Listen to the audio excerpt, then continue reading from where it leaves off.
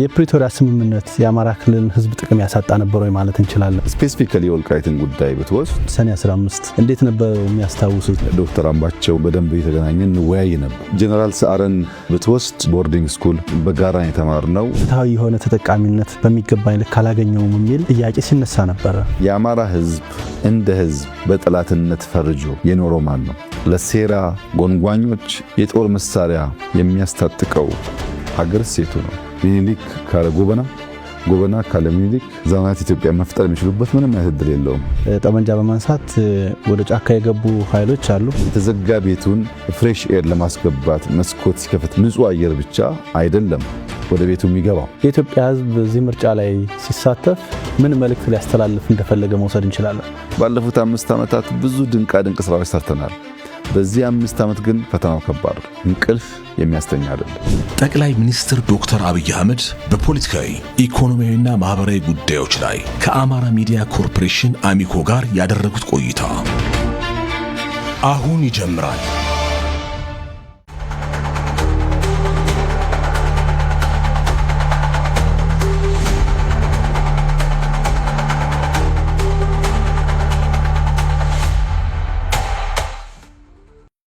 ጤና ይስጥልኝ ተመልካቾቻችን፣ ሙሉቀን ሰጥዬ ነኝ። በዛሬው ዕለት የአማራ ሚዲያ ኮርፖሬሽን አሚኮ ከኢፌዴሪ ጠቅላይ ሚኒስትር ክቡር ዶክተር አብይ አህመድ ጋር ቆይታ ያደርጋል። በቆይታችን በሀገራችን ዋና ዋና ጉዳዮች በተለይ ደግሞ አማራ ክልልን የተመለከቱ ፖለቲካዊ፣ ኢኮኖሚያዊና ማህበራዊ ጉዳዮች ላይ አተኩረን ቆይታ እናደርጋለን። አብራችሁን ክቡር ጠቅላይ ሚኒስትር ጊዜዎትን አጣበው ከአማራ ሚዲያ ኮርፖሬሽን ጋር ቆይታ ለማድረግ ስለፈቀዱ ክብር ይሰማናል። እጅግ አመሰግናለሁ። እኔም ስለጋበዝከኝ እጅግ አድርጌ አመሰግናለሁ። በጣም አመሰግናለሁ። ለመግቢያ የማደርገው ጥያቄ በኢትዮጵያ ታሪክ ውስጥ የአማራና የኦሮሞ ህዝብ አብሮ የመኖር ታሪክ እንዲሁም በሀገር ግንባታ ላይ የነበራቸውን አስተዋጽኦ እንዴት ይታያል የሚለውን ጥያቄ እንደ መግቢያ ወስጀዋለሁ።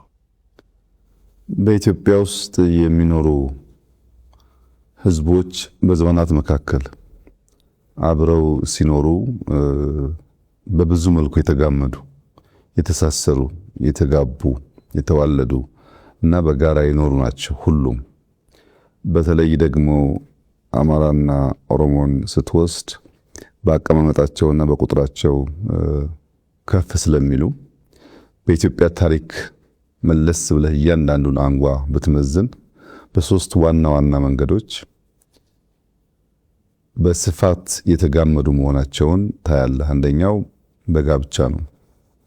ግለሰቦች ለንግድ ለውጊያ ሲንቀሳቀሱ አንዱ ካንደኛው እያገባ የመዛመድ ልምምዳቸው ሰፊ ነው። ሁለተኛው የፖለቲካል ጋብቻ ነው። ፖለቲካው በኢትዮጵያ ታሪክ ውስጥ በነበረው ቆይታ ወንበር ለማጽናት በሚደረግ ጥረት ሰፋፊ የፖለቲካ ጋብቻዎች ተፈጽመዋል። ሶስተኛው ደግሞ ባህላዊው ጉዲፈቻ ነው። ብዙዎች በነገስታት ደረጃ የምናያቸውም ጭምር በጉዲፈቻ ምክንያት በዚህም በዚያም ወገን ሰፊ መስተጋብሮች፣ አብሮ ማደጎች፣ ባህል መጋራቶች በኦሮሞም በአማራም ህዝቦች መካከል የቆየ ልምምድ ነው።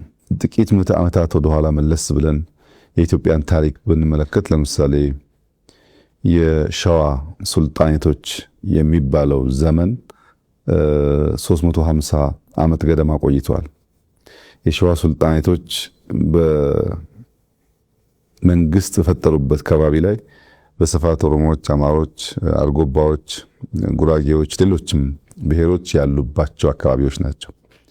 በዚያ 350 ዓመት ጉዞ ውስጥ ብዙ ስብጥር፣ ብዙ መጋመድ እንደነበረ መገመት ይቻላል። ኋላም የኢፋትን ሱልጣኔት ብንወስድ ከ130 ዓመት በላይ ቆይቷል። ከሸዋ እስከ ዘይላ የሚዘረጋ ሱልጣኔት ነው። በዚህ ቆይታ ውስጥ እንደዚህ ያለ ከፍተኛ የሆነ መስተጋብር እንዳለ መገመት ይቻላል። ከጎንደሪያን ፔሪድ በፊት ሰርጸ ድንግል መካከል አካባቢ ተነስቶ እስከ ምጽዋ በነበረው ዘመቻ ሰፊ ጦር ይዞ ስለሄደ በዚያ ሂደት ውስጥም ከዚህ አካባቢ ወደ ሰሜን ብዙ መዋሃዶች እንደነበሩ ታሪክ ይናገራል። የጎንደሪያን ፔሪድ ብቻውን ግን ወስደህ ብታይ የነዚህ ህዝቦች በዘመናት መካከል በፖለቲካል ጋብቻ እና ጉዲፈቻ የነበራቸውን ውህደት በደንብ ማየት ትችላለህ። ሱስንዮስን ብትወስድ በዚህ አካባቢ ያደገ ሰው ነው። ከዚህ ዘምቶ ነው ወደዚያ አካባቢ የነገሰው። በኋላ ከአጼ ባካፋን ብትወስድ፣ ኢዮአስን ብትወስድ ቅድም ያነሳሁት ወይም ጉዲፈቻ ወይም ጋብቻ የሚታይባቸው ነገስታት ናቸው። በነበራቸው ቆይታ ውስጥ እንደዚህ ያለ ውህደት ታይቷል። በኋላ ከጎንደር ፔሪድ በኋላ የየጁ ዳይናስቲን ብትወስድ እንደዚሁ ከመቶ ዓመት በላይ የቆየ ዳይናስቲ ነው። በዛ ውስጥም ከየጁ የተነሱ ወደ ጎንደር ወደ ጎጃም ሰፊ ውህደቶች ነበሩ። በወሎ ጎንደር፣ ጎጃም፣ ሸዋ መካከል ሰፊ እንቅስቃሴና መዋሃዶች እንደነበሩ ያ ታሪክ ያሳያል። ሰምተህ እንደሆን ስማቸው ጎላ ጎላ ብለው የሚነሱ ራስ አሊ ቀዳማይ፣ ራስ አሊ ካላይ፣ ራስ ጎክሳ የሚባሉ ሰዎች የነበሩባቸው ዘመኖች ማለት ነው። ከዚያም በኋላ የወሬመኖ የሚባል ዳይናስቲ በስፋት በታሪካችን ውስጥ ይነገራል። ይሄም ከ200 ዓመት በላይ የቆየ ዳይናስቲ ነው። በተለይ በደቡብ ወሎ አካባቢ እዛ በነበረው ቆይታም እንደዚሁ ወደ ሸዋም ወደ ጎንደር ጎጃምም ከፍተኛ ውህደት እንደነበር ያሳያል። በዚያ ዘመን ውስጥ ስማቸው ገኖ ከሚነሱ ሰዎች አንዷ ወርቂቱ ስሟ ጎልቶ ይነሳል። እነ ራስ ሚካኤል ስማቸው ይነሳል። በዚያ ዘመን ውስጥ የምታነበው የምትማረው ታሪክ የሚያሳየው እነዚህ ህዝቦች በስፋት አብረው ሲዘምቱ፣ አብረው ሲዋጉ፣ አብረው ሲያለሙ፣ አብረው ሲያጠፉ ተዋህደው የነበሩ ህዝቦች መሆናቸውን በደንብ ታሪካችን ይናገራል። ወደ ኋላም ወደ ቅርቡ ዘመን መተህ ለማየት ብትሞክር ዘመናዊት ኢትዮጵያን ታሪክ ያየ ሰው ከነዚህ ህዝቦች ውህደት ውጤት ውጪ ሊያት አይችልም። ሚኒሊክ ካለ ጎበና፣ ጎበና ካለ ሚኒሊክ ዘመናዊት ኢትዮጵያ መፍጠር የሚችሉበት ምንም አይነት እድል የለውም። እነዚህ ሰዎች ተዋህደው ነው የፈጠሩት። ብዙ ጊዜ ወደ ደቡብ ያለው ግጭት ይነሳል። ነገር ግን የሸዋው ኃይል ጎጃም ከራስ አዳል በኋላም ንጉሥ ተክለ ሃይማኖት ጋር ተጋጭቷል። ወሎ ከሚካኤል ጋር ተጋጭቷል። አርሲ ወላይታ ተጋጭቷል። ከሸዋ የተነሳ ወደ ሁሉም አቅጣጫ ነበር ዘመቻ የሚካሄደው። ይህንን ዘመቻ የመሩ ሰዎች ንጉሱ ሚኒሊክ ቢሆኑም ጦር አዝማቹ ደግሞ ጎበና ነበሩና በውህደት የተሰራ መሆኑን በግልጽ ያሳያል። ሁላችን አንተም እኔም ማንኛውም ኢትዮጵያዊ መለስ ብሎ የሚኮራበትን የአድዋን ታሪክ ብናነሳ ሚኒሊክ ከገበየው ውጭ፣ ሚኒሊክ ከባልቻ ውጭ አልሰሩትም። በውህደት የተሰራ የጋራ ድል ነው። በጋራ የተፋለሙበት ለአንዲት ውድ የከበረች ሀገር ዋጋ ከፍለው ለማኖር ሀገራቸውን አስቀድመው የጋራ ህልውና አስቀድመው በጋራ ዘምተው በጋራ ሞተው ያጸኑልን ያቆዩልን ሀገር እንዳለ ያሳያል። በህዝቦች ደረጃም እንኳን ብትወስድ እንደ ማህበረሰብ አርሶ አደሮች በፊውዳል ስርዓት ላይ ማመፅን ብትሰማ የጎጃም ገበሬዎች አመፅ ትልና የባሌ ገበሬዎች አመፅ ሲባል ትሰማለህ።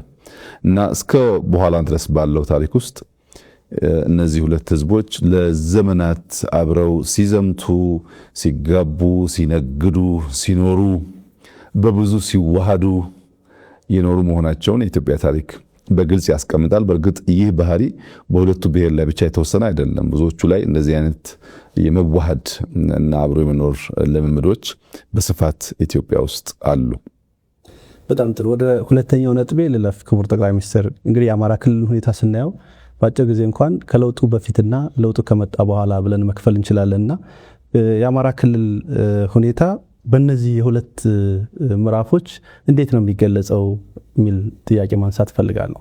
ከዚህኛው ለውጥ ቀደም ብሎ ኢትዮጵያ ውስጥ በተደረጉ ለውጦች የአማራ ህዝብ እንደማንኛውም የኢትዮጵያ ህዝብ ለውጥ እንዲመጣ፣ የፖለቲካ ስሪታችን እንዲሻሻል፣ የኢኮኖሚክ ጉዞአችን እንዲፋጠን፣ ህዝቦችን ያቀፈ እንዲሆን ትግል ሲያደርግ ነበር። 66ቱን ለውጥ ብትመለከት እዛ ውስጥ የራሱ የሆነ ሚና ተጫውቷል። የ83ቱን ለውጥ ብትወስድ እንዲሁ ጎላ ያለ ሚና ተጫውቷል። የ2010ን ብትወስድ የአማራ ህዝብ እንደማንኛውም የኢትዮጵያ ህዝብ ለውጥ መጥቶ ለመሻሻል ለማደግ ከፍተኛ ተጋድሎ ማድረጉን ታሪክ ይናገራል። ከለውጥ ማግስት የነበረው ጉዞ የአማራ ህዝብ ወይ መላው የኢትዮጵያ ህዝብ ማለት ይቻላል በከፍተኛ ተስፋ የተሞላበት ሁለት እጁን ዘርግቶ ለውጡን የተቀበለበት በዚያ ለውጥ እሰራለሁ፣ አተርፋለሁ፣ አገር አጸናለሁ የሚል ህልም በብዙ የሚታይበት የሚገለጥበት ሁኔታ ነበረ። በእርግጥ በ2010 የመጣው ለውጥ በቅርብ ስለሆነ ሁሉም ሰው እንደሚያስታውሰው ከዚያ ቀደም በነበረው የፖለቲካና የኢኮኖሚ ስሪት ኢትዮጵያ ውስጥ የመዘጋት፣ የመታፈን፣ የመታሸግ ምልክቶች ነበሩ። አንድ ሰው ረዘም ላለ ጊዜ ከቤቱ ወጥቶ ወደ ራሱ ቤት ቢመለስ ያ ቤት ተዘግቶ የቆየ እንደሆነ ልክ በሩን ከፍቶ ሲገባ ቤቱ ሳፎኬትድ ይሆናል፣ ያፍናል፣ ይሸታል። የመጀመሪያው ስራው መስኮት ከፋፍቶ ንጹህ አየር እንዲገባ ቤቱ እንዲናፈስ ማድረግ ነው። ያንን መናፈስ ሳታደርግ እንደከዚህ ቀደሙ ቤት ውስጥ የለመድከውን የኑሮ ዘይ መቀጠል አትችልም። የኛም ፖለቲካ ያ ሁኔታ ነበረው። ትንሽ ፖለቲካውም ኢኮኖሚውም ታፍኖ ተዘግቶ ስለቆየ ከፈትፈት አድርጎ ማናፈስ ይፈልግ ነበር። በዚያ በነበረ ሁኔታ መቀጠል ስለማይቻል እንደ ለውጡ እንደመጣ መስኮቶቻችን ከፋፈትን። እነዚያ መስኮቶች ከእስር ቤት ሊሆን ይችላል፣ ከውጭ ሀገር ሊሆን ይችላል፣ የፖለቲካ ዝንባሌ የማይታይባቸው ሰዎች የፖለቲካ ስብዕና መላበሳቸው ሊሆን ይችላል። ብዙ አይነት ሰዎች በዚያ መከፋፈት ውስጥ በፖለቲካ አውድ ውስጥ ለመሳተፍ ሙከራ አድርገዋል። እንግዲህ አንድ ሰው የተዘጋ ቤቱን ፍሬሽ ኤር ለማስገባት መስኮት ሲከፍትና ለማናፈስ ሲሞክር ንጹህ አየር ብቻ አይደለም ወደ ቤቱ የሚገባው። አብሮት ትንኞች ይገባሉ፣ ቢምቢዎች ይገባሉ። ቢምቢ በሳይዟ በጣም ትንሽ ናት። ነገር ግን ተኝተህ የቢምቢን ድምፅ ሰምተህ ከሆነ መተኛት አትችልም። ያቺ ትንሿ ጥንጥየዋ ቢምቢ ባላት ድምፅ ታውካለች፣ ትቀሰቅሳለች። አንዱ ዝቅተኛ ጉዳቷ እንዳተኛ ማወክ ነው። ሁለተኛውና ከዛ የሚከፋው ግን አንተም በመንደፍ ደምህን መምጠጥ ነው። ደምህን መጣ ግን አትተውም፣ በሽታም ልታመጣብህ ትችላለች። እንደዚህ ያለው ሁኔታ በኢትዮጵያ ፖለቲካል አውድ ውስጥ ተፈጥሯል። በማናፈስ ውስጥ ተቀላቅለው የገቡ ቢምቢዎች አሉ፣ ከፍተኛ ድምፅ በማሰማት ለማወክ የሚሞክሩ። ከዚያም ሲያልፍ የኢትዮጵያን ብሔራዊ ጥቅም ለመናደፍ የኢትዮጵያን ህልውና ለመገዳደር ከሚፈልጉ ኃይሎች ጋር እስከ መሰለፍ የሚሄድ ዝንባሌ ያሳዩ። በዚያ መከፈት ምክንያት መድረክ አግኝተው ሁኔታው ከተስፋ ትንሽ ጨለምለም ደንገዝገዝ ወዳለ ሁኔታ፣ ስጋት ወዳከለበት ሁኔታ እንዲገባ ለማድረግ እየሞከሩ ኃይሎች አሉ።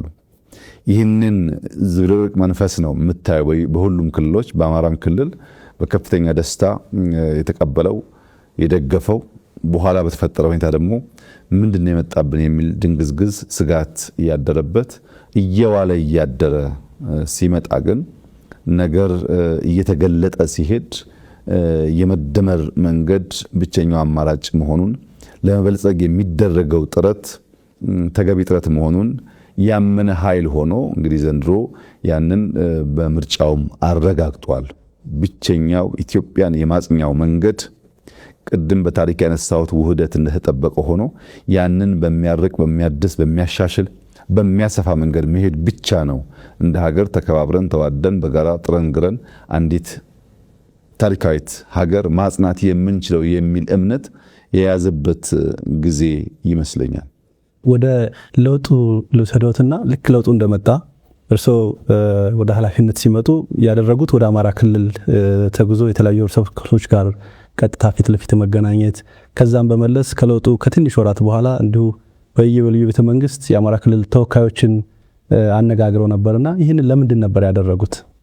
በእርግጥ ከለውጥ ማግስት ሳይሆን ትንሽ ወደ ኋላ ይሄዳል። በ2003 ክረምት የከፍተኛ አመራሮች ስልጠና ነበር። በዚያ ስልጠና ወቅት ከአንዳንድ የአማራ ጓዶች አመራሮች ጋር ንግግር የጀመርንበት ጊዜ ነበር።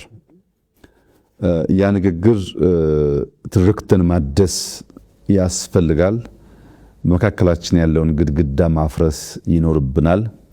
የነበረው ታሪካችንን ፈትሸን መርምረን ወደ ምንተባበርበት፣ ወደ ምንተጋገዝበት፣ በጋራ ወደ ምንቆምበት ቁመና ካልተቀየርን የኢትዮጵያ ነገዋ አስጊ ነው የሚል ውይይቶች ነበሩን።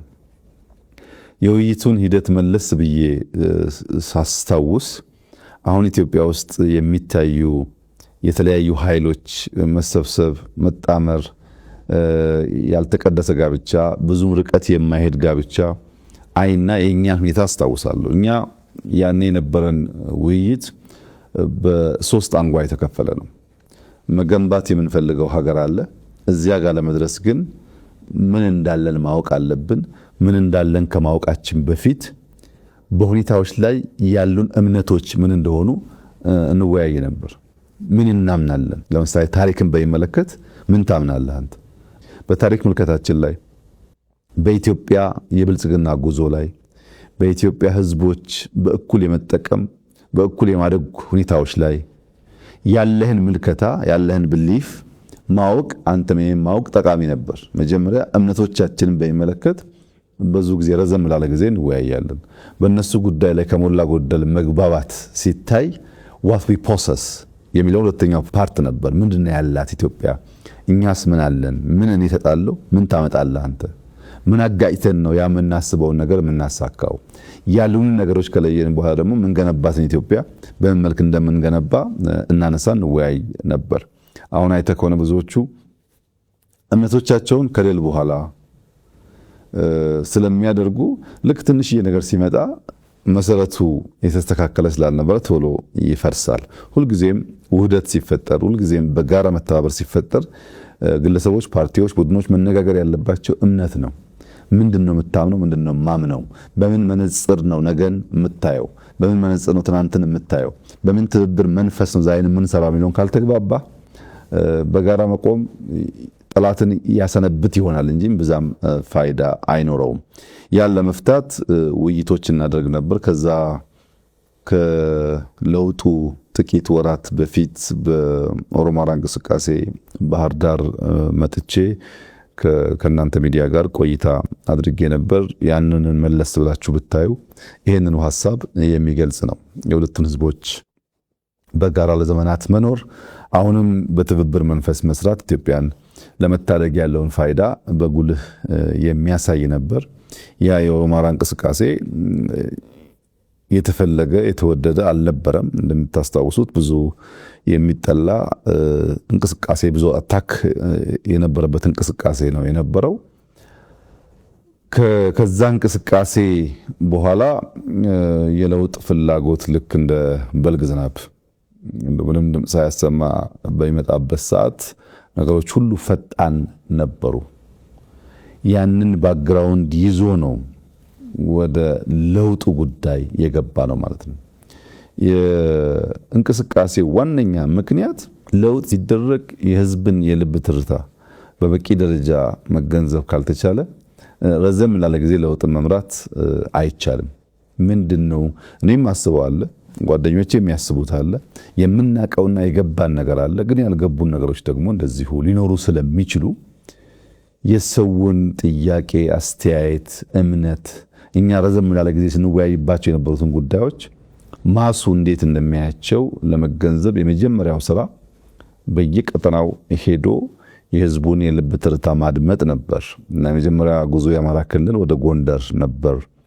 እንደሚታወሰው ጎንደር ከለውጥ ቀንዲሎች አንዷ ናት። የኦሮሞ ደም የኔም ደም ነው ብሎ የተነሱ ወጣቶች የታዩበት፣ ታሪኳን መለስ ብላ ለማየት የቻለች፣ በህዝቦች መካከል ያለውን ውህደት ያየች ከተማ ነበረች። በእርግጥ የኦሮሞ ደም የኔም ደም ነው የሚለው አባባል መፈክር ብቻ አይደለም፣ ትክክለኛ ነው። ጎንደር ውስጥ በስፋት የኦሮሞ ደም አለ። ቅድም ባነሳኋቸው ጋብቻዎች ምክንያት ብዙ ውህደቶች አሉ እና እዛ በመሄድ የህዝቡን ሁኔታ ለማድመጥ ሞክሬያለሁ። ከዚያ በኋላ በብዙ ከተሞች በባህር ዳር፣ በደሴ፣ በኮምቦልቻ፣ ደብረ ብርሃን፣ ወልዲያ፣ ደብረ ማርቆስ በኋላም የተውጣጡ ሰዎች እዚህም መጥተው ለሶስቴ ተወያይተናል። በዚያ ውይይት ውስጥ ህዝቡ ምን ይፈልጋል የሚለውን ለማየት ከፍተኛ ጥረት ተደርጓል። እንደኛ ባለ ታፍኖ በቆየ ፖለቲካ ውስጥ የሚደረግ ለውጥ ከህዝብ ጋር መወያየትና የህዝብን ልብ ትርታ ማድመጥ የሚያስፈልግበት ምክንያት ለምሳሌ የቻይናን ለውጥ ከማኦ በኋላ ዴንግ ሲመጣ የነበረው ሁኔታ ብናይ ከሞላ ጎደል ይመሳሰላል። ፖለቲካው የታፈነ ነው፣ ኢኮኖሚው የታፈነ ነው። ረሃብ አለ፣ ችግር አለ። ከ800 ሚሊዮን ያላነሰ ህዝብ በከፍተኛ ድህነት ውስጥ ይኖራል። ለዜጎች ምግብ ማቅረብ የሚቻልበት ሁኔታ አልነበረም። አይዲዮሎጂ ጎልቶ በትብብር ማልማት ሁለተኛ የሆነበት ሁኔታ ነበር። ይህን ጉዳይ ለመፍታት ዴንግ እንደመጣ ያደረገው ኢኮኖሚውን መከፋፈት ነበር። በኮሙኒዝም በሶሻሊዝም ያለውን እሳቤ ጥሶ ከሌሎች ከዚህ ቀደም ኢምፔሪያሊስቶች ብሏቸው ከሚጠሏቸው ኃይሎች ጋርም በትብብር ለመስራት ነበር የወሰነው። ዴንግ የመጀመሪያው የሶሻሊስት ካምፕ እና የቻይና መሪ አሜሪካን የጎበኘ ነው። አሜሪካንን ጎብኝቶ በትብብር እንስራ የሚል ጥያቄ ነበረው። ያን መከፋፈት ሲጀምር ግን ጉዳዩ አልጋ ባልጋ አልነበረም። ብዙም ገንዘብ ስላልነበረ ከዛ በፊት ብዙዎች እግረኞች ነበሩ። ባለ ሳይክል ለመሆን ባለ ሞተር ሳይክል ለመሆን ነገር ሲከፋፈት በዚያው ልክ ኮራፕሽን በጣም ተስፋፋ። ኮራፕሽን ብቻ ሳይሆን ኢንፍሌሽንም በጣም አደገ። ኢንፍሌሽን እና ኮራፕሽን ደግሞ ማስን የሚያስመርር ጉዳይ ነው። ያን ሃንድል ለማድረግ ያን ለመፍታት ጥረት በሚያደርጉበት ሰዓት ነበር ወጣቶቹ የፖለቲካል እንቅስቃሴ ያደረጉት። የፖለቲካል እንቅስቃሴው መንስኤ ደግሞ ምንድነው? ኢኮኖሚያችን ኢምፔሪያሊስት ካልናቸው ትናንት ከጠላናቸው ሰዎች ጋር የሚቀላቀል የሚከፈት ከሆነ ፖለቲካችን ቢከፈት እንዳለበት፣ ፖለቲካችን ልክ እንደነሱ ዴሞክራሲ ይሁን፣ ልክ እንደነሱ ምርጫ ይኑረን የሚል ጥያቄ ነበረ። ይሄ ጥያቄ እንዲህ በቀላሉ ምላሽ የሚያገኝ አልነበረም። ደም አፋሷል። ምክንያቱም በነዴንግ እምነት ጠንካራ መንግስት፣ ዲሲፕሊንድ ፓርቲ፣ ረዘም ላለ ጊዜ የሚጸና መንግስት ካልፈጠርን በቀር ቻይና ውስጥ ያለውን ችግር አንፈታም የሚል እምነት ነበራቸው። በርካታው ሰው በደህንነት ውስጥ ስላለ ኢኮኖሚክ ኦፕን አፑን እንጂ ፖለቲካል ኦፕን አፑን አይቀበሉም። ተማሪው ግን ኢኮኖሚን ከፍታችሁ ኢንፍሌሽንና ኮራፕሽን ከመጣ ፖለቲካውን ክፈቱት የሚል ጥያቄ ነበረው። ያን ለመከላከል ነበር ወደ ደም መፋሰስ የገቡት። በእኛ ሁኔታ አስቸጋሪ የሆነው ነገር ኢኮኖሚክ ኦፕን አፕ አድርገን ፖለቲካውን ብንተው ወይም ፖለቲካል ኦፕን አፕ አድርገን ኢኮኖሚን ብንተው ኢትዮጵያ ውስጥ ያለውን ሁኔታ መቀየር አንችልም። ለዚህ ህዝብ ካወያየን የልብ ትርታን ካደመጥን በኋላ እንዴት አድርገን ነው ሁለት ዋና የሪፎርም ዋና የስብራት መንስኤዎቻችንን በመክፈት ምናስባትን ሀገር ልንሰራ የምንችለው የሚለውን ነገር ዲዛይን ለማድረግ ያ ውይይት በእጅጉ አስፈላጊ ነበር። ብዙ ተምረንበት ሰሜን፣ ምዕራብ፣ ምስራቅ፣ ደቡብ ብትሄድ የኢትዮጵያን ፍላጎት ከሞላ ጎደል የሚቀራረብ መሆኑን አይተን ከዚያ በኋላ ነው እንግዲህ መደመር በተሟላ ቅርጽ ወጥቶ የኢትዮጵያ ብቸኛው መንገድ በተደመረ መንገድ ወደ ብልጽግና መጓዝ ነው።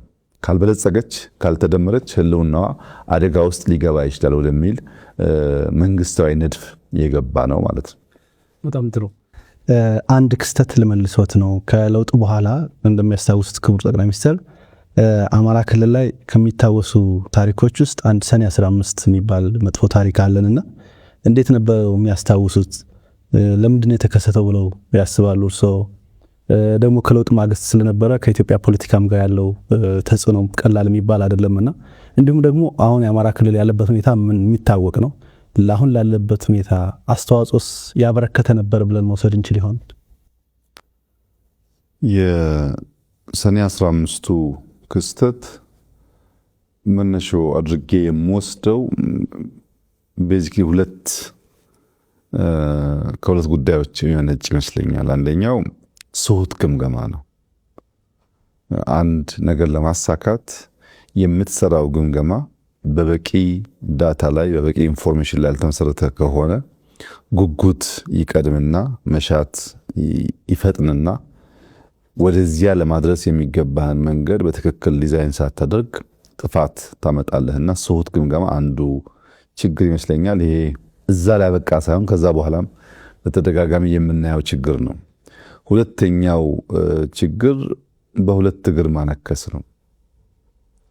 ለውጥ ተቀብለህ ኃላፊነት ተቀብለህ የህዝብ አደራ ተቀብለህ በሌላ መንገድ ደግሞ ያልተቀደሰ ጋብቻ የመደበኛ ኃይሎች ጋር አድርገህ እዚህም እዚያም ለመሆን የሚፈለግ ሁኔታ በአንዳንድ ሰዎች ይታይ ስለነበረ ያም የፈጠረው ይመስለኛል። ግምገማውም ችግር አለ፣ እንደገና ደግሞ በሁለት እግር ማነከሱም አለ።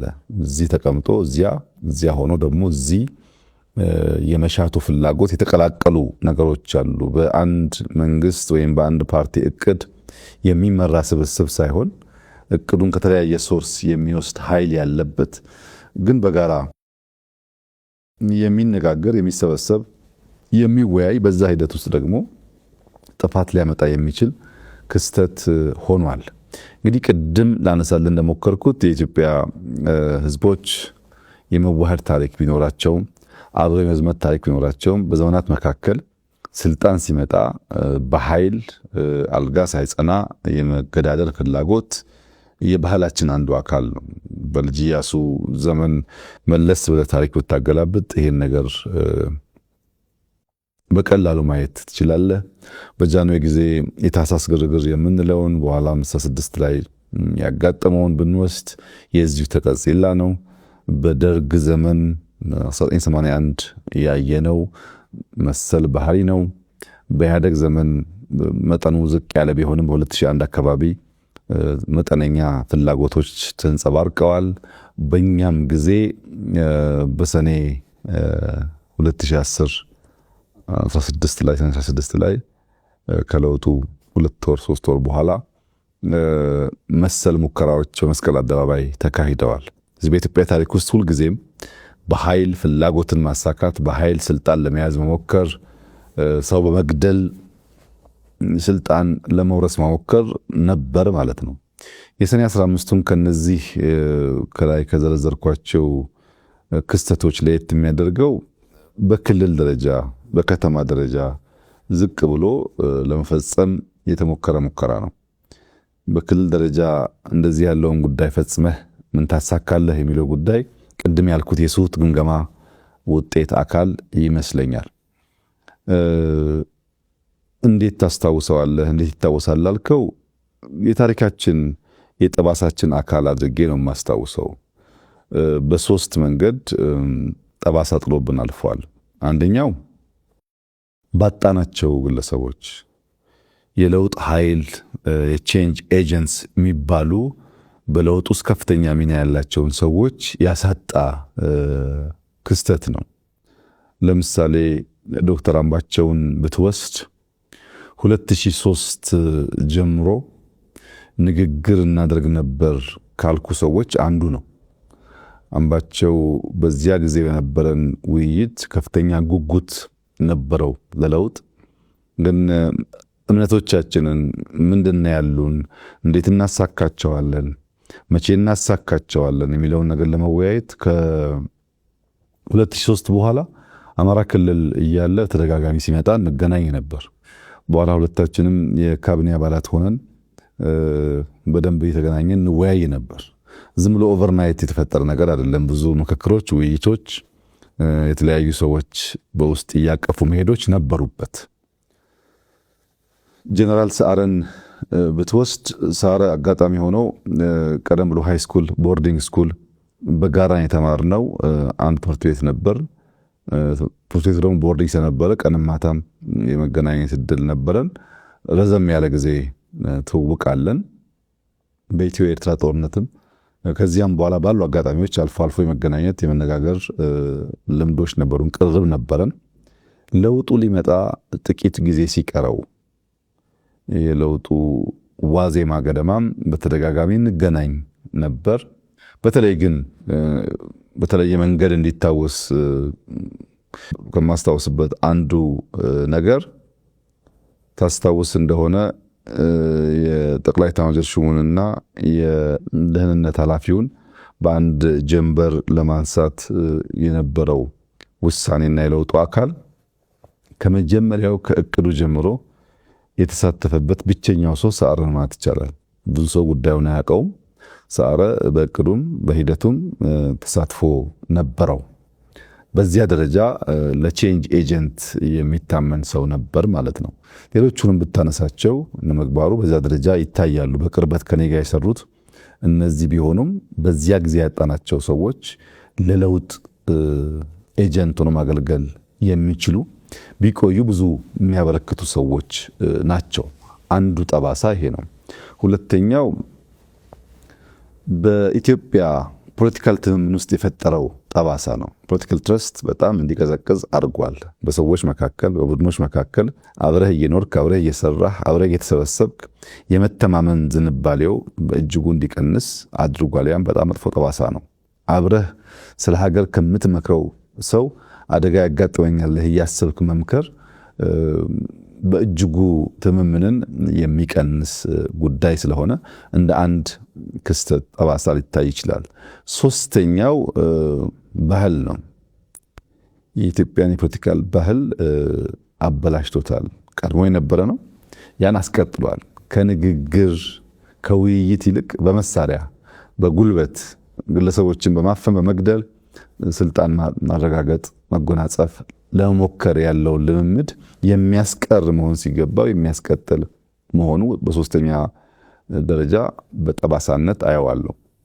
ክስተቱ ይበልጥ የሚያሳዝነው እና አሁንም ቆም ብለን ማየት የሚገባን ገዳይም ሟችም ሁለቱንም ኃይሎች በጀግንነት ያወሳ የፖለቲካል ዲስኮርስ የታየበት ነው። ይሄ በኢትዮጵያ ታሪክ ውስጥ እስካሁን ያለንበት ውጥንቅጥ ታሪክን እንዳለ አስቀምጦ ከመልካሙም ከስህተቱም መማር ሲገባ ታሪክን እየመረጥክ ታሪክን እያንሻፈፍክ ታሪክን በፈለከው መንገድ አድርጎ የማቆየቱ ጉዳይ አሁን ላለንበት አጠቃላይ ውጥንቅጥ ዋናው መሰረት የዚያ የትርክት ስብራት ጉዳይ ነው። አሁን እዚህ እንደዋዛ በብሔርተኝነት ስሜት በአውራጃዊነት ስሜት ታሪኩን አንሻፈን ብንጽፍ ብንናገር ነገ ልጆቻችን ዋጋ ሊከፍሉበት የሚችሉ ጉዳይ እንደሆነ ማሰብ አለመቻል ደግሞ ያሳዝነኛል። ይሄ ጉዳይ እንዳለ ታሪኩን አስቀምጠህ ከተቀመጠው ታሪክ ተነስተህ በሚኖር ትንተና የፈለከውን ነገር ወደ ቀኝ ወደ ግራ ወስደህ መማር ትችላለህ። ታሪኩን ማዛባት ግን እምብዛም ጠቃሚ አይደለም። ዛሬ ብቻ ሳይሆን ነገም ዋጋ ያስከፍላል። ትውልድ ዋጋ ይከፍልበታል። እኛ በህይወት እያለን የምናውቀውን ጉዳይ በተንሸዋረረ ታሪክ አረዳድ ተረድተን የምናስቀምጥ ከሆነ እኛ በማንኖርበት ሰዓት የሚኖር ትውልድ ደግሞ እንዴት አድርጎ እንደሚወስደው አሁን ባለው የኢትዮጵያ ታሪክ መመልከት ትችላለህ። አሁን ያለው የኢትዮጵያ ታሪክ የዚህ የተንሸዋረረ የፖለቲካል ኢንትሪግ ውጤት ነው። አብዛኛው ታሪክን እንዳለ በትክክለኛው መንገድ ማስቀመጥ ሳይሆን አዛብተን በማስቀመጣችን ምክንያት የሚፈጠር ችግር ነው። ከዚያም ሻገር ሲል የፖለቲካ ሴራ ተንታኞች መጠቀሚያም ሆኗል። ታስታውስ ከሆነ እለቱ ቅዳሜ ነበር፣ ዊኬንድ ነበር። ማምሻ ላይ ነበረ ይሄ ጉዳይ የተፈጠረው እና እኔ እዚህ ቢሮ ቆይቼ ከቢሮ ስወጣ መረጃም የሰማሁት እና ለሚዲያ ምን ነገር አለበት የሚል ሐሳብ መጥቶ የሚዲያ አካላት ይጠሩ ብለን ፋና፣ ኢቢሲ፣ አሚኮ ተጠርተው ነበር። የሰጠሁበትን ቦታ እስከዛሬ አስታውሰዋለሁ እኔ። ነገር ግን ፋናና ኢቢሲ ምናልባትም ዊኬንድ ስለሆነ ምሽትም ስለነበረ ስንጠራቸው በዚያ ፍጥነት አልመጡልንም። አሚኮ ግን ጎረቤት ነው፣ እዚያ 4 ኪሎ ነው መስሪያ ቤቱ። መኪናም ላያስፈልገው ይችላል። እዚሁ ስለሆነ ልክ ጥሪው ሲደረግ ወዲያው አሚኮ መጣ። አሚኮ መጥቶ የተወሰነ ደቂቃ ጠበቅን እነዚያ ቢደርሱ ብለን ዘገዩብን እና መጨረሻ የመጣው ሐሳብ ምንም እኮ ችግር የለውም አሚኮ ወስዶ ለሁሉም ሊያከፋፍል ስለሚችል ለአሚኮ ይሰጥ ተብሎ ምሽት ላይ ነው እኔ ቤት ነው ለአሚኮ ሰጠሁኝ። በኋላ ግን ባህር ዳር ላይ ሆኖ መግለጫ ሰጠው ወደሚል የሴራ ትንታኔ ተቀይሯል። እንደዚህ ያለው ከእውነት የተፋታ ለዛሬም ለነገም የማይበጅ ውስጥህ እያወቀ የሚሸነገር የሚዋሽ ነገር ጥፋት ብቻ ነው የሚያመጣውና ያ ክስተት ከመነሾ የሚሳካ ነው። ከመነሾ አንድ ግብ የሚያሟላ ነው ባትልም እንደ ጥቁር ጠባሳ የሚወሰድ መጥፎ ክስተት ነው ብዬ ነው የማየው። አመሰግናለሁ ክቡር ጠቅላይ ሚኒስትር። ወደ ሌላ ነጥብ ልውሰድዎት። ለውጡ እንደመጣ ሁሉም ኢትዮጵያዊ እንደገለጹት በተስፋ ለውጡን በከፍተኛ ሁኔታ ሲደግፍ ነበረ። ከዚህ ህብረተሰብ ክፍል አንዱ ደግሞ በውጭ የሚኖሩት ትውልደ ኢትዮጵያና ኢትዮጵያውያን የምንላቸው ወይም ደግሞ ዲያስፖራ የምንለው የህብረተሰብ ክፍልም የለውጡ ደጋፊ ነበረ በዛን ወቅት እንደሚታወሰውና ከለውጡ ከተወሰነ ጊዜ በኋላ የአማራ ተወላጅ የሆኑ ዲያስፖራዎች እንደገና ለውጡን አንዳንድ ዲያስፖራዎች ለውጡን ተቃውመዋልና የዚህ መንስኤው ምንድነው ብለው ያስባሉ? በቀጣይስ ምን አይነት አማራጭ ቢከተሉ ነው የሚጠቅመው ብለው ነው የሚያስቡት? ለውጡን በመደገፍ እና ባለመደገፍ ጎራ የመቀያየሩ ጉዳይ በአማራ ዲያስፖራ የሚወሰን አይደለም። በሁሉም ዲያስፖራዎች የሚታይ ነው። በውጭ ሀገርም ብቻ የሚወሰን አይደለም። በሀገር ውስጥም ያ ነገር ሊያጋጥም ይችላል። ሰዎች በተለያየ ምክንያት ጎራቸውን ይቀያየራሉ። እኔ የሚመስለኝ በሶስት ዋና ምክንያቶች ጎራ መቀያየሮች ያጋጠሙ ይመስለኛል። አንደኛው የተሳሳተ ስሌት የነበራቸው ግለሰቦች ናቸው። ልክ ለውጡ ሲመጣ አንተ ባህር ዳር ተቀምጠህ የሆነ ጉዳይ ጽፈህ ሊሆን ይችላል፣ ተናግረህ ሊሆን ይችላል። እኔ እዚህ አዲስ አበባ ሆኜ የሆነ ነገር አድርጌ ሊሆን ይችላል። አንዱ ናይሮቢ ሆኖ የሆነ ነገር አድርጎ ሊሆን ይችላል። ሁሉም ሰው ይሄን ለውጥ የጀመርኩት ያመጣሁት ያዋለድኩት እኔ ነኝ ብሎ አምኗል። ብዙ ግለሰቦች ያሉበት ሁኔታ አጠቃላይ ለውጡን መርቶ ከአንድ ጫፍ ለማድረስ የሚያስችል አለመሆኑ በግልጽ የሚታይ ቢሆንም ግን አምነዋል ሰዎቹ። እኔ ነኝ የዚህ ለውጥ ባለቤት፣ እኔ ታስሬ፣ እኔ አገር ተሰድጄ፣ እኔ እንደዚህ ሆኜ ያመጣሁት ይሄን ለውጥ እና ይሄ የመጣው ለውጥ እኔ በማስበው መንገድ መሄድ አለበት። ከተቻለ ምነክስ፣ ካልተቻለ ደግሞ ማነክስ መሆን አለብኝ የሚል እምነት ያመኑ ሰዎች የተጋባባቸው ግለሰቦች ነበሩ። እነዚህ ግለሰቦች ለውጡ የብዙ ሰዎች ጥረት፣ ብዙዎች ዋጋ የከፈሉበት፣ በብዙ ድካም የመጣ እነዚያን ሰዎች በማስተባበር የሚመራ እንጂ የግለሰቦች ፍላጎት ለማሳካት የሚፈጸም አለመሆኑን ሲረዱ ሞክረው ሲያቅታቸው አውቶማቲካሊ የጎራ ለውጥ አሳይተዋል። መጀመሪያ ሮጦ መምጣት፣ ለመቀላቀል መሞከር፣ እንደፈለጉት ነገር እንደሚሄድ ማሰብ ሁኔታ ነበራቸው። ያ አልሆነም። አንድን ለውጥ በራስ መመዘኛ በራስ መነጽር ብቻ ማየት ስትጀምር የሌሎችን ማድመጥ ሲሳነ ይሄ ችግር ያጋጥማል። እኛ ለውጡ መጥቶ በህግ ስልጣን ከያዘን በኋላ የኛ እምነትና እውቀት በቂ አይደለም። የህዝቡን ልብ ትርታ ማድመጥ አለብን። ህዝቡ እንደሚያስብ ማወቅ አለብን። ያደረግነው ሙከራ እንኳን አይተው ትምህርት አለመውሰድ ማለት ነው። ሁለተኛው የጎራ መደበላለቅ የሚታየው ለርካሽ ዓላማ የሚቃወሙ ሰዎች ናቸው። ከዩቱብ ንግድ ጋር የሚያያዝ ወይም በአንዳንድ ሀገራት አሳይለም ለመጠየቅ ጥገኝነት ለመጠየቅ መደረግ ሙከራ መቃረን፣ መሳደብ፣ ማንቋሸሽ ብቸኛ መንገድ ነው የሚያስቡ ሰዎችም እንዲሁ አሉ። ይሄን የምታየው አንዳንድ ሰዎች በጣም ያንቋሽሹ ሲያደብና ኢትዮጵያ ሲመጡ እኛ እኮ እንዲህ ያልመሰለንም ሀገር ተቀይሯል፣ ብዙ ለውጥ ነው ያለው፣ በደንብ አልነገራችሁንም፣ በጣም እንደተጸጸቱ ሰዎች ሆነው ይቀርባሉ። ሄዶ ደግሞ ትንሽ 6 ወር 8 ወር ሲቆይ የግድ ገንዘብ ጥቅም ስለሆነ መልሶ ያ ባህሪ ሲያገረሽ ታያለ። እንደነዚህ አይነት ሰዎች አሉ። በሶስተኛ ደረጃ ግን እውነተኛ ጥያቄ ያላቸው ሰዎች ደግሞ አሉ። በአንዳንድ ጉዳይ ላይ እውነተኛ ጀኖን ጥያቄ አንስተው በበቂ ደረጃ ምላሽ ያላገኙ ሲመስላቸው እንደዚህ አይነት ስሜት የሚሰማቸው ሰዎች አሉ። ያ የኛም ድክመት ያለበት ሊሆን ይችላል እና የተለያየ ጎራ ነው፣ በአንድ ካታጎሪ የሚወሰድ አይደለም።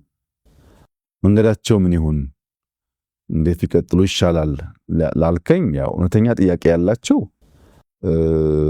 ቀርብ ብሎ ማየት ነው። ይምጡ፣ ይመልከቱ፣ ይጠይቁ፣ አብሮ ይስሩ። ለውጥ ዳር በመቆም ብቻ አይሳካም፣ መሳተፍ ይፈልጋል። ወንዝን ለመሻገር አብሮ መዋኘት እንጂ ውሃውን ዝም ብለህ ብትወቅሰው አይበጅም፣ አይጠቅምም። ስለዚህ ኑ አብረን እንዋኝ። በዋና ውስጥ በጣም ብዙ ፈተና ይኖራል። በዛ ሂደት ውስጥ ነው ትክክለኛውን ነገር የምታገኙት ብዬ ነው መክረው።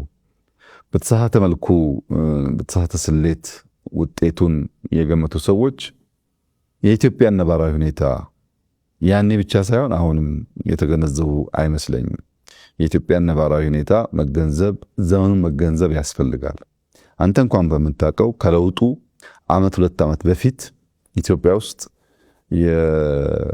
የዳታ ፔኔትሬሽን የዳታ ስፋት ውስን ነው። ብዙ ሰው አብዛኛው መረጃ የሚያገኘው ከናሽናል ሚዲያ ነው። ብዙ ሚዲያዎች አልነበሩም። ስልክ እንዳሁን ኢንተርኔት በበቂ የለውም። ዳታ በስፋት አልተሰራጨም። ብዙ መረጃ የሚሰራጭበት መንገድ ውስን ነው። አንተ ብቸኛው ተናጋሪ ልትሆን ትችላለህ። አሁን በጣም ብዙ ተናጋሪ፣ ብዙ ተንታኝ፣ ብዙ አዋቂ ያለበት ጊዜ ነው። በአንዳንድ ጉዳዮች ላይ ብዙ መረጃም ያለበት ጊዜ ነው እና ነባራዊ ሁኔታው ማወቅ ያስፈልጋል። ለውጥ የአንድ ሰሞን ድግስ አይደለም፣ ሂደት ነው። በዚያ ሂደት ውስጥ ብዙ ጉዳዮች ሊቀያየሩ ይችላሉ። ረጅም መንገድ መሆኑን አምኖ ራስን አስተምሮ ራስን አጀስት ማድረግ የሚያስፈልግ ይመስለኛል።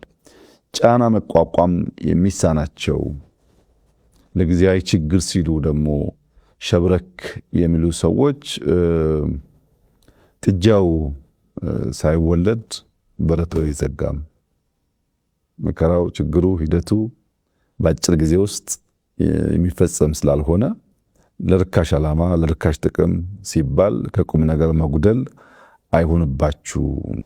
ታሪክ መስራት የሚያስችል ሁኔታ ካለ ለዚያ መሄድ፣ ያም ካልተቻለ ደግሞ ከታሪክ ቀኝ መቆም እንጂ ላነሰ ለወቅታዊ ችግር ሲባል ብርታት በማጣት አቋም በማጣት የሀገርን ጥቅም በመወላወል ማሳጣት ጥቅም አለው ብዬ ብዙ አላምንም። በዚህ መንገድ ቢኬድ ይሻላል ብዬ አስባለሁ። ስራው እስከተሰራ ድረስ ውጤት እስካለ ድረስ የሰው ልጅ የማየት የማመዛዘን አቅም እስካለ ድረስ እውነታው እየተገለጠ መሄዱ አይቀርም ብዬ አምናለሁ። አመሰግናለሁ ክቡር ጠቅላይ ሚኒስትር። ወደ ሌላው ነጥብ ልለፍ።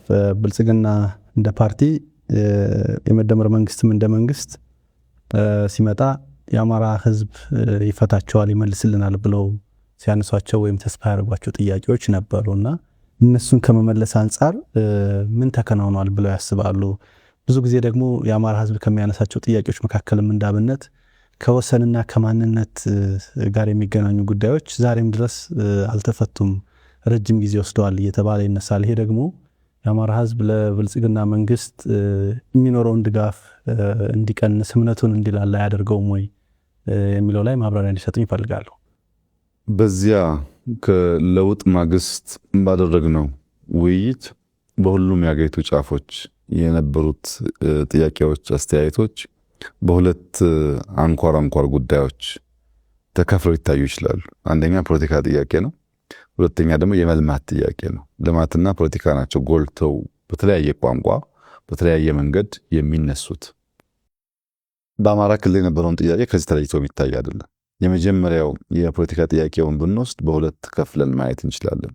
ራሱ የፖለቲካውን ጥያቄ አንደኛው ረጅም ጊዜ የሚወስድ ዘላቂ መፍትሄ የሚሻ አስተማማኝ ሰላም ማረጋገጥ የሚፈልግ ከአንድ ብሔር፣ ከአንድ ክልል፣ ከአንድ ፓርቲ በላይ ማሳተፍ የሚፈልጉ ጉዳዮች አሉ።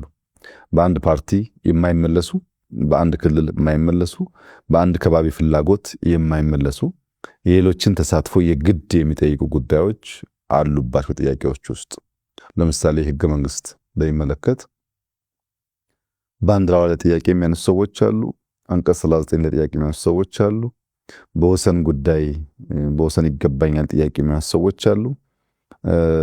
እንደነዚህ ያሉ ጥያቄዎች ሙሉ እይታን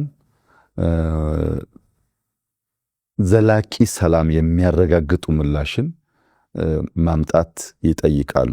እንዲሁ ሰምተህ ወዲያው የምትመልሳቸው ጉዳዮች ሳይሆኑ ሂደት ይፈልጋሉ። ለዚያ ረዘም ላለ ጊዜ እንግዲህ በውይይት እንደቆየን ይታወቃል። እያንዳንዱ የራሱ ችግር ስላለበት ለምሳሌ ከነዚህ ጥያቄዎች ውስጥ ስንቶቹ እንደሆኑ ባላቅም ብዙዎቹ በሀገራዊ ምክክሩ ምላሽ ሊያገኙ እንደሚችሉ ተስፋ አደርጋለሁ። ነገር ግን ሐረርጌ ሄደህ የተጠየቀውን ጥያቄ እዛው ምላሽ እሰጣለሁ ብትል ወለጋ ስትሄድ ጥያቄ ሊወልድ ይችላል። ወላይታ ሶዶ ሄደህ ተጠይቀህ ለዚያ ምላሽ እዛው እሰጣለሁ ብትል ጎንደር ስትሄድ ጥያቄ ሊወልድ ይችላል። ከዚህ ማሳያ አንዱ የወልቃይት ጥያቄ ነው። የወልቃይት ጥያቄ ረዘም ላለ ጊዜ ይገባኛል ጥያቄ በአማራ ክልል ሲነሳ ቆይቷል። ይህንን ጉዳይ የሁለቱም ክልል ህዝቦች ያሳተፈ ያወያየ በህገ መንግስቱ መሰረት በሪፍረንደም የተረጋገጠ ለዘላቂ ሰላም መነሾ የሚሆን ካልሆነ እድል አግኝቻለሁና አሁን ላፈል አርግ ብትል ሲቀየር ይበላሻል። ለምሳሌ ከዚህ ቀደም የፌዴራል ክልል ስሪት ሲሰራ በህዝቦች ውይይት ቢሆን ያ ነገር የተፈጸመው ለረጅም ጊዜ ጥያቄ ሆኖ አይቀጥልም ነበር። ያን ስህተት የሚደግም ነገር ነው። አሁን ስለሚመች እናርገው የሚል ጥያቄ የሚነሳበት መንገድ ውይይት ይፈልጋል። ስፔሲፊካሊ የወልቃይትን ጉዳይ ብትወስድ በትግራይ በኩል ያለው ጥያቄ ፌዴራል መንግስት ስርዓት ውስጥ በትግራይ ክልል ይተዳደር ነበር። በጦርነቱ ምክንያት ነው ያንን ቦታ ያጣ ነው። አሁን ደግሞ ለአማራ ህዝብ ህልውና እንታገላለን የሚሉ ኃይሎች ሁሉ ውሰዱት፣ አብረናችሁ እንዋጋለን፣ ይገባችኋል ያሉን ነው። እየከለከለን ያለው የፌዴራል መንግስት ነው። የፌዴራል መንግስት ከዚህ ጉዳይ ራሱን ቢያወጣ እኛ በማንኛውም መንገድ በኃይልም ይሁን በሰላም ቦታችንን እናስመልሳለን። እንቅፋት የሆነብን የፌዴራል መንግስት ነው እንጂ ለዚህ ህዝብ የሚታገሉ ወገኖችም ጭምር ለዚህ ህዝብ እንታገላለን ባዮች ጭምር እንድንወስድ ፈቅደው የዚያ ትግል ተባባሪና አጋር ሆነዋል። እናንተ ናችሁ እንቅፋቱ ይላሉ። ወደ አማራ ክልል ደግሞ ስትመጣ ከጦርነት በኋላ በፌዴራል መንግስት ውክልና የሚተዳደረው የወልቃይት ክልል በህግ አግባብ በተሟላ መንገድ ወደ አማራ ክልል መመለስ ሲገባው የፌዴራል ክልል መንግስት አልመለሰም ብለው ያስባሉ። ሁለቱም ጋር ጥያቄ አለ ማለት ነው። ይህንን ጥያቄ የምንፈታው አንዱን ወገን በማስደሰት ለአንዱ ወገን ምላሽ በመስጠት አንዱን ከጥያቄው ጋር እንዲቆይ ብናደርገው ዘላቂ ሰላም አያመጣም። የጊዜ ጉዳይ እንጂ መልሶ ግጭት ይፈጥራል። መልሶ ግጭት የሚፈጥርን ነገር ለአጭር ጊዜ እፎይታ ለአጭር ጊዜ ደስታ መመለስ ደግሞ የመደመር መንግስት ፕሪንሲፕል አይደለም። የኛ አንደኛው ፕሪንሲፕል ሚዛናዊነት ነው። ሁለተኛው ሙሉ እይታ ነው። በምንወስናቸው ውሳኔዎች ዘላቂ ሰላም፣ ዘላቂ ልማት፣ ዘላቂ አብሮነትን የማያረጋግጥ የአጭር ጊዜ ድል ከሆነ ታይም ቦምብ ነው።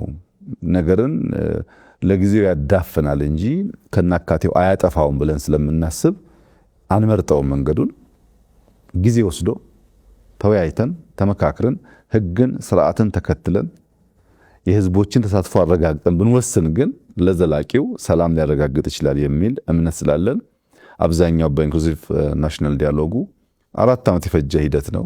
ብዙ ሺህ ሰዎች የሚሳተፉበት ነው። አሁን እኔን ካነጋገርኩ በኋላ ራንደምሊ ሄደህ አንዱን ከሰሜን አንዱን ከምስራቅ አንዱን ከደቡብ ብታነጋግር በዚህ መድረክ መገኘቴ ብቻ ከበቂ በላይ ነው ይሉሃል። በጣም ብዙ ነገሮች ይነሳሉ፣ ብዙ ቅሬታዎች ይነሳሉ። አንዱ የአንደኛውን ጥያቄና በሽታ ያደምጣል።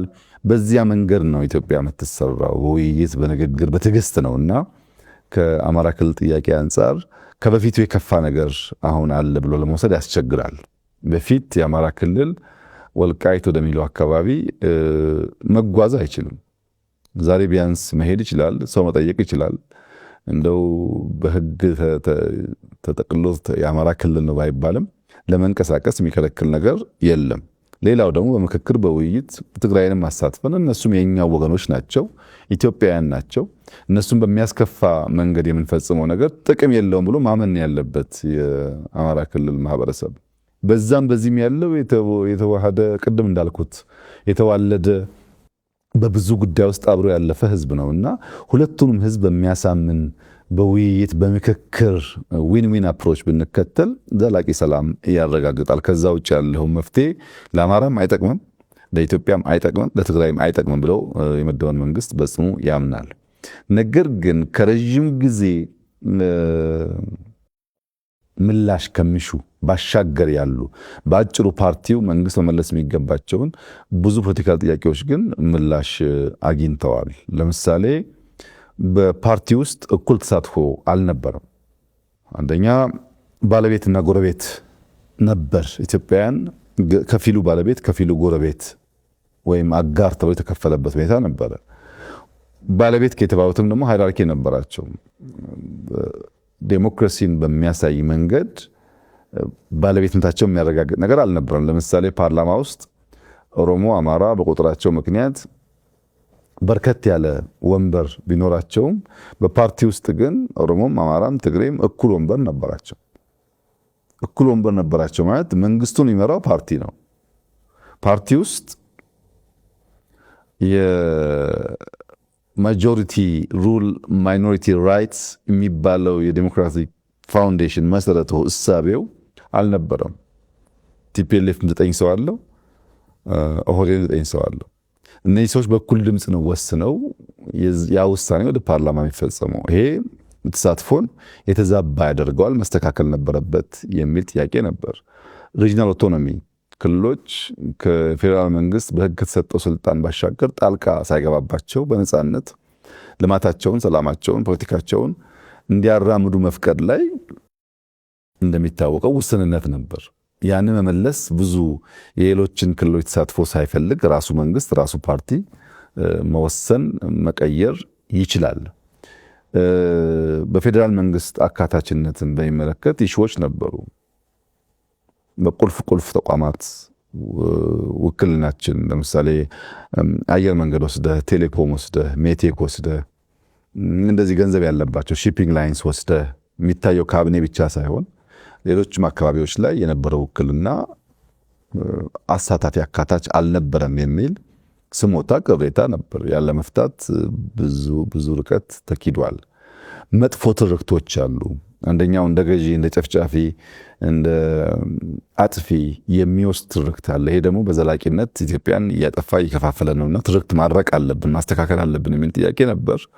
እሱን ለመፍታትም የውስጥ ውይይት የመንግስት ውሳኔ በቂ ስለነበረ ማድረግ ተችሏል። ሌሎች የፖለቲካ ኃይሎች ወይም አመለካከት ያላቸው ፓርቲዎች በመንግስት ስርዓት ውስጥ ማሳተፍ ኢንክሉሲቭ መሆን ችግር አለ፣ አሸንፍ ያለውና በቃ እኔው ብቻ ነኝ የማስተዳድረው የሚል እሳቤዎች ኢትዮጵያ ውስጥ አሉ። ያም ጎጂ ነው የሚል ነገር ነበር። እንደምታስታውሱት በካቢኔያችን የሚፎካከሩ ፓርቲዎች ገብተው በጋራ ነው ባለፉት 5 ዓመታት ሀገር የመራ ነው። ያም በቂ አይደለም። በፓርላማ ውስጥ ተሳትፎ ያንሳል። ይሁነን ብለን ሌሎች ኃይሎች እንዲሳተፉ መልቀቅ አለብን፣ ማሳተፍ አለብን የሚል ምናልባት ኤክሰፕሽናል የሆነ ውሳኔ አሁን እንደ ዋዛ ብናየው ነገ ደግሞ ማግኘታችንን እናያለን። አንድ ሁለተኛ ደግሞ እስካሁን ባለን ታሪክም በሌሎች ሀገራት ታሪክም ብንወስድ ሊመረጥ የሚችል ገዢ ፓርቲ ግድ የለም ሌሎች የሚሳተፉበትን እድል ልፍጠር ብሎ ማድረግ ላይ ውስንነት ነበር። እኛ ዘንድሮ አድርገነዋል። እንግዲህ በፓርላማ፣ በካቢኔ፣ በፓርቲ፣ በክልል ኦቶኖሚ ትርክትን በማድረቅ ኢንክሉሲቭ መንግስት በመመስረት ሀገርኛ እሳቤዎች ላይ መሰረት ያደረገ መንግስት በመመስረት ረገድ ምንም ልታወዳድር አትችልም። ለምሳሌ አብዮታዊ ዲሞክራሲ ስለ መከላከያ ያለው እሳቤ፣ አብዮታዊ ዲሞክራሲ ስለ ህዝቦች ያለው እሳቤ፣ አብዮታዊ ዲሞክራሲ ስለ መንግስት ያለው እሳቤና የመደመር መንግስት ያለው እሳቤ ለየቅል ነው፣ አይገናኝም። የመደመር መንግስት መነሾ ቢያንስ 4 ኢትዮጵያ ውስጥ የምናውቃቸውን መሰረታዊ እምነቶች፣ ልምምዶች፣ ባህሎች እንደ መነሾ ይወስዳል። አንደኛው ቅኔ ነው። ቅኔ ኢትዮጵያ ውስጥ አንድ ሰው በሰምና በወርቅ በግልጥ ሊትራሊ በሚተረጎምና በማይተረጎም መንገድ የሚናገርበት ቋንቋ ነው። ምስጢር አዘል ቋንቋ ነው። ያን ምስጢር አዘል ቋንቋ የማይረዳ መንግስት ከሆነ ከህዝብ ጋር ሊግባባ አይችልም። ካልተግባባህ ደግሞ ካልተነጋገር ካልተደማመጥክ ደግሞ እምነት አይፈጠርም። ህዝብህን ለማድመጥ የኢትዮጵያ ህዝብ የሚናገርበት ዘዬ፣ ልምምድ፣ ባህል ሌሎች ሀገሮች ከምናውቀው ለየት ይላል። ቅኔ የሚባል በሁለት መንገድ የሚተረጎም ልምምድ አለው። ይህንን እንደ አንድ የኮሚኒኬሽን ብሪጅ አድርጎ ይወስዳል የመደመር መንግስት። ሁለተኛው የተበተኑ ሀብቶች አሉ። ፍራጃይል የሆኑ እውቀቶች፣ የሰው ኃይል ካፒታል አለ። ይህን ሰብስቤ ይህንን ደምሬ አንድ አዲስ ነገር እንዲከሰት ኢመርጅ እንዲያደርግ እሰራለሁ የሚል መንግስት ነው። ይህን የመሰብሰብ የመደመር ዝንባሌ ደግሞ ደቦ ከሚባል ከኢትዮጵያ አርሶ አደሮች ልምምድ እንደ አንድ ፋውንዴሽን ይወስደዋል። ደቦ ማለት እርሻ ደርሶብኛል ተባብረን ድረስ አብራችሁን የኔን ስራ ስሩልኝ የሚል የኢትዮጵያ ልምምድ ነው። ይሄ ለኛ ለምናስበው እሳቤ በእጅጉ ያግዛል። ሶስተኛው በታሪካችን ውስጥ ቅድም እንዳነሳሁት በየጊዜው ግጭቶች አሉ። ሰላማዊ ጉዞ ብቻ አይደለም ያለው። የእምነት፣ የብሔር፣ የመሬት ይገባኛል፣ የተለያየ ስልጣን ይገባኛል ግጭቶች ነበሩ። እነዚህን ግጭቶች እየፈታ ያቆየበት መንገድ የሪኮንሲሌሽን ካልቸራችን ሽምግልና፣ ካሳ፣ እርቅ፣ ይቅርታ የሚባሉ ነገሮች አሉት። ይህንንም እንደ አንድ ፋውንዴሽን የመደመር መንግስት ይወስዳል። በሀገራችን እኮ ድል በሀብት አለ፣ ሽምግልና የሚባል እርቅ አለ፣ ይቅርታ አለ፣ ካሳ አለ። ይህንን እንደ መሰረት በወስደው በውስጥ ያሉትን ቅራኔዎች ለመፍታት ያግዘኛል። ደቦ ተሰብስቤ ለመስራት፣ ቅኔው ከህዝብ ለመደማመጥ።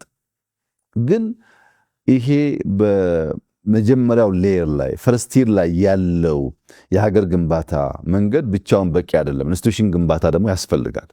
ለኢንስቲትዩሽን ግንባታ ደግሞ ገዳን እንደ መሰረት ይወስዳል። ገዳ ለብዙ መቶ ዓመታት ብዙ አይነት ጥቃት እየደረሰበት ከልጅ ልጅ ሲወራረስ የቆየ መንግስታዊ ስርዓት ነው። ይሄ መንግስታዊ ስርዓት የስልጣን ገደብ የሚያረጋግጥ፣ ግልጽ የስልጣን ክፍፍል የሚያረጋግጥ፣ አንተም መስራት ያለብን እኔ ማድረግ ያለብኝ ያኛው ማድረግ ያለበትን በግልጽ የሚያስቀምጥ፣ የስልጣን አወራረስ ሂደቱ ሰላማዊ መሆን ብቻ ሳይሆን ሰው የማዘጋጀት ሂደቱም ከፍተኛ ልምድ ይገኝበታል። ይህን ተቋማዊ ልምድ ደግሞ እንደ አንድ መሰረት እንወስዳለን። ለተቋም ገዳን ብንወስድ፣ ለኮሚኒኬሽን ቅኔን ብንወስድ፣ ለሪኮንሲሌሽን ሽምግልናን ብንወስድ፣ አብሮ ተባብሮ ለመስራት ደግሞ ደቦን ብንወስድ አብዛኛው ጉዳዮቻችን ምላሽ ያገኛሉ ብሎ ነው የመደመር መንግስት ከሀገርኛ ብሂል፣ እውቀት፣ ካልቸር የመነጨ ለኛ በቂ ምላሽ መሆን የሚችል እሳቤ ላይ ቆሞ የመንግስት ስሪቱን የነደፈው እና በእንደዚህ ያለው ጉዳይ በጣም ትላልቅ ምላሾች ተሰጥተዋል። ሌላው ደግሞ እኛ ምን መልሰው ልጆቻችን የሚመልሱት ጉዳይ ሊኖር ይችላል። ሁሉም ነገር በአንድ ጀንበር ስለማይመለስ አንዳንዱን በትዕግስት ማየት ለአማራም ሌሎችም ህዝቦች አስፈላጊ ጉዳይ ይመስለኛል።